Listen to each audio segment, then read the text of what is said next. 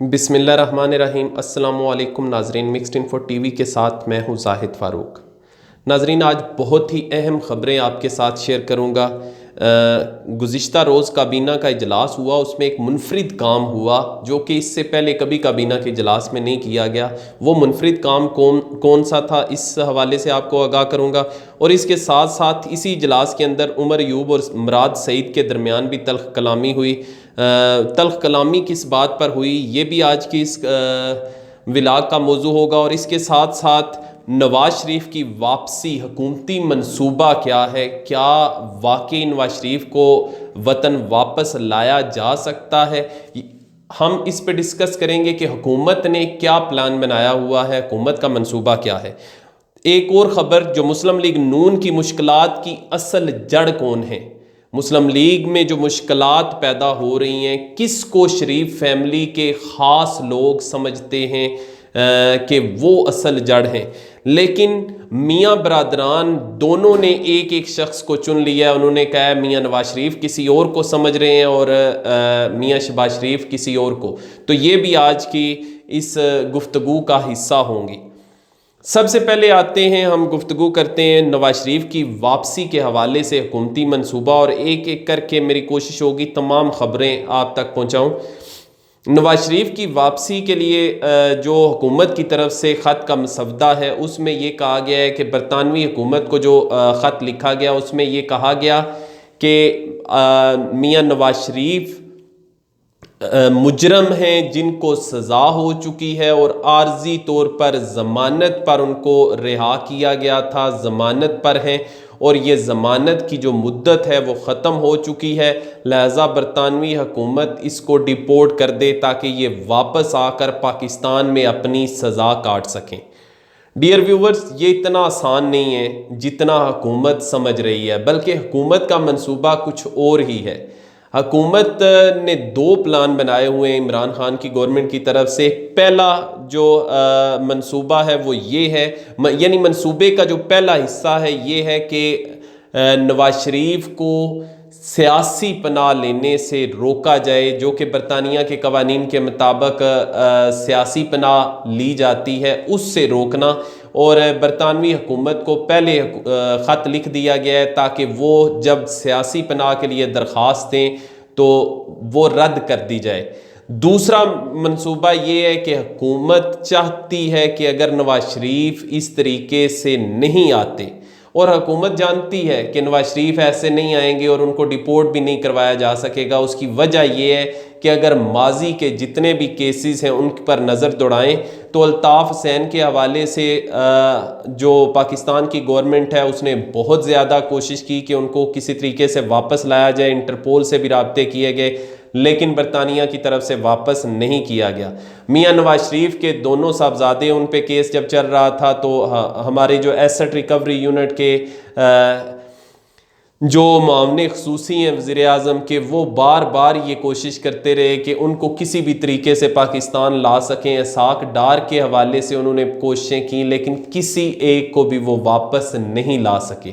तो मियाँ नवाज शरीफ के हवाले से तो ये बिल्कुल भी मुमकिन नहीं है कि हुकूमत उनको वापस ला सके, लेकिन हुकूमत के प्लान में ये दो चीज़ें शामिल हैं। एक तो उनको सियासी पनाह से रोकना, और दूसरा ये कि अगर वो वापस नहीं आते तो उनकी जो सियासी साख है पाकिस्तान के अंदर उसको तबाह व बर्बाद कर दिया जाए और लोगों को ये बावर करवाया जाए कि वो मफरूर हैं, भागे हुए हैं, यहाँ से वादा करके गए थे कि मैं वापस आऊँगा, लेकिन जब उनकी ज़मानत की मनसूखी हुई तो वो वापस नहीं लौटे। ये असल में सारा, और वाकई मियाँ नवाज शरीफ कहाँ वापस आने वाले हैं। उन्होंने इतने इक़्तिदार के मज़े लूटे हैं, अब तो वो चाहते हैं कि किसी तरीके से उनकी बेटी को वज़ीर आज़म बना दिया जाए। बस वो पाकिस्तान को तो अपनी जागीर समझते हैं और उस जागीर के अंदर जब वो किसी दूसरे को देखते हैं बैठा हुआ तो फिर उनको उनके पेट में मरोड़ उठना शुरू हो जाते हैं। तो ये सारा है जी मसला जो दरपेश है शरीफ फैमिली को। लेकिन शरीफ फैमिली से जुड़ी कुछ और ख़बरें भी हैं, और वो ख़बरें क्या हैं, मुस्लिम लीग नून में जो मरियम नवाज़ है उनका खेल अभी ख़त्म नहीं हुआ, वो खेल अभी जारी है। मरियम नवाज़ की तरफ से जो ज़ोहराने का एहतमाम किया जा रहा है उसमें उन्होंने मदऊ किया है सेनेटर परवेज़ रशीद को और इनके साथ साथ शाहिद खाकान अब्बासी को, जबकि मियाँ नवाज शरीफ जो है उनकी तरफ से जो पैगाम, इन दोनों को मैं लिंक करूंगा इस वजह से मैं दूसरी खबर साथ जोड़ रहा हूँ। मियाँ नवाज शरीफ की तरफ से जो ख्वाजा आसफ को सख्त पैगाम भेजा गया, उन्होंने कहा कि अनफ इज़ अनफ, अब बहुत हो गया, अब हमें आपकी ज़रूरत नहीं है, अब जो आपने काम करना था वो कर चुके हैं, और शदीद नाराज़गी का इजहार किया ख्वाजा आसफ के साथ। और इसकी वजह क्या बताई जा रही है?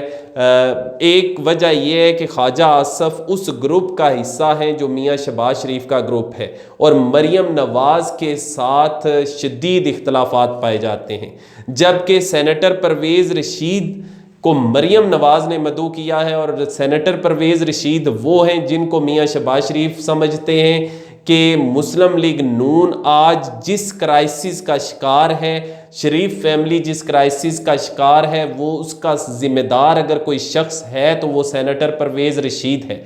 क्योंकि ये जितना भी स्लोगन तैयार किया गया, वोट को इज्जत दो और जीटी रोड पर निकलना, अदारों को बुरा भला कहना और अदारों के साथ टकराव की कैफियत पैदा करना, डॉन लीग्स वगैरह का मौजब भी यही शख्स सेनेटर परवेज़ रशीद है। और मरियम नवाज़ ने अभी भी इसके साथ जो है वो तल्लक जोड़ा हुआ है, जबकि मियाँ शहबाज शरीफ इसको बिल्कुल साइड लाइन करना चाहते हैं, क्योंकि ये समझते हैं कि अगर ये मौक़िफ़, ये बयानिया अगर परवेज़ रशीद ना देता तो किसी सूरत भी शरीफ फैमिली आज जिन क्राइसिस का शिकार है उनमें मुब्तला ना होती। जबकि मरियम नवाज़ ये समझती हैं कि सेनेटर परवेज़ रशीद ही हैं जिनकी वजह से वो सियासत में इन हुई। सियासत में अगर नाम बनाया है तो उन्होंने उसी बयानिए की बुनियाद पर नाम बनाया, और अगर वो ना होते और वो अगर एक लाइन ड्रा ना करते, एक डायरेक्शन ना देते, तो वो शायद सियासत में अपना किरदार अदा ना कर पाती। इस वजह से वो बहुत ज़्यादा करीब समझी जाती हैं, और सेनेटर परवेज़ रशीद बल्कि उनके ज़्यादा करीब समझे जाते हैं। लेकिन मियाँ शहबाज शरीफ अगर सामने आते हैं तो senator Parvez Rashid side line होते हुए दिखाई दे रहे हैं।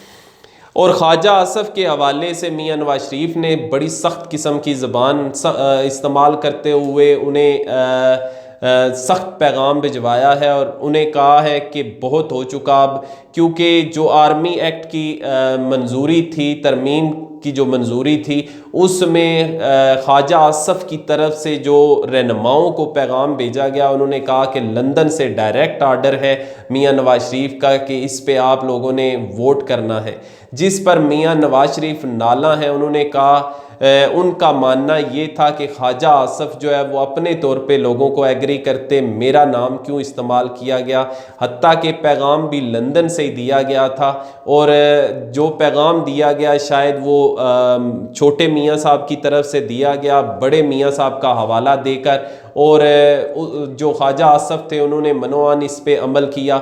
और दूसरी जो नाराज़गी की वजह है वो मरियम नवाज़ के साथ तल्ख कलामी भी बताई जा रही है, क्योंकि जब मरियम नवाज़ ने ख्वाजा आसफ से रब्ता किया और उन्होंने पूछा कि मुझे एतमाद में क्यों नहीं लिया गया इस हवाले से, तो ख्वाजा आसफ की तरफ से ये जवाब दिया गया कि जब लंदन से डायरेक्ट अहकामात आए तो मैं ज़रूरी नहीं समझता था कि आपको इस हवाले से एतमाद में लूँ। तो ये सारे मामलात हैं। मियाँ शहबाज शरीफ के ख्वाजा आसफ ज़्यादा करीब हैं, इस वजह से मरियम नवाज़ के साथ उनकी तलखी हुई, और मियाँ नवाज शरीफ की तरफ से उनको ये पैगाम दे दिया गया, मियाँ अब बहुत हो गया, अब आप अपनी हद में रहो, और अब ज़रूरत नहीं है हमारे मामलात में टांग अड़ाने की। तो एक तो ख़बर ये भी है।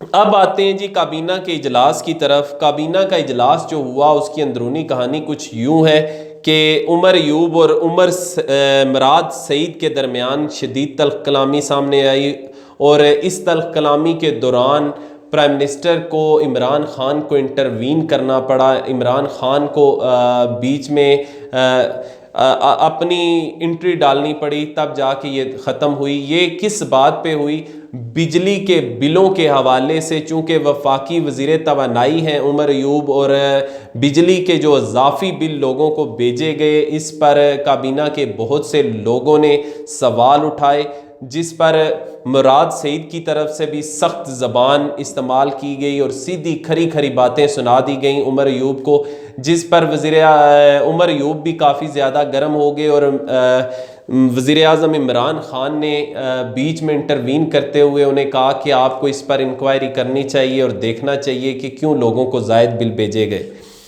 और एक मुनफरिद काम जो काबीना के इजलास में हुआ, डियर व्यूवर्स, काबीना के इजलास में ये रिपोर्ट भी पेश की गई कि तमाम वुज़रा की स्क्रीनिंग के हवाले से और तमाम जो सेक्रेटरीज़ हैं जो वुज़रा के साथ होते हैं हर वक्त, उनकी स्क्रीनिंग की रिपोर्ट भी पेश की गई कि जो आजकल वबाई मर्ज़, मूजी मर्ज़ फैला हुआ है, कहीं ऐसा ना हो किसी को भी, किसी भी ऐसे शख्स को जो वफाकी सेक्रेटरी हो या वज़ीर हो, वो उसमें मुब्तला हो। तो उस के नतीजे में जो रिपोर्ट पेश की गई, अल्हम्दुलिल्लाह उनमें से कोई भी ऐसा शख्स नहीं है, कोई भी ऐसा मरीज़ नहीं था जिसमें जो कि इस मूजी मर्ज़ या इस वबाई मर्ज़ का शिकार हो। ये एक मुनफरिद चीज़ थी जो काबीना के इजलास में हुई।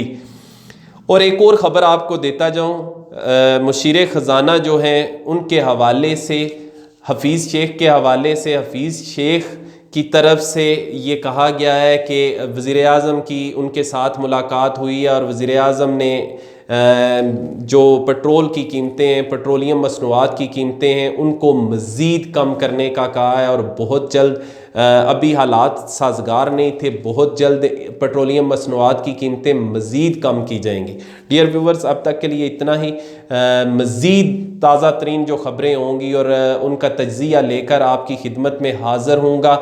लेकिन जो दोस्त नए आए हैं हमारे चैनल पर, वो चैनल सब्सक्राइब कर लें और बेल का आइकन ज़रूर दबाएं ताकि आप किसी भी ख़बर को मिस ना कर सकें और हमारे साथ जुड़े रहें। अगली वीडियो तक मुझे इजाज़त दीजिए। अल्लाह हाफिज़।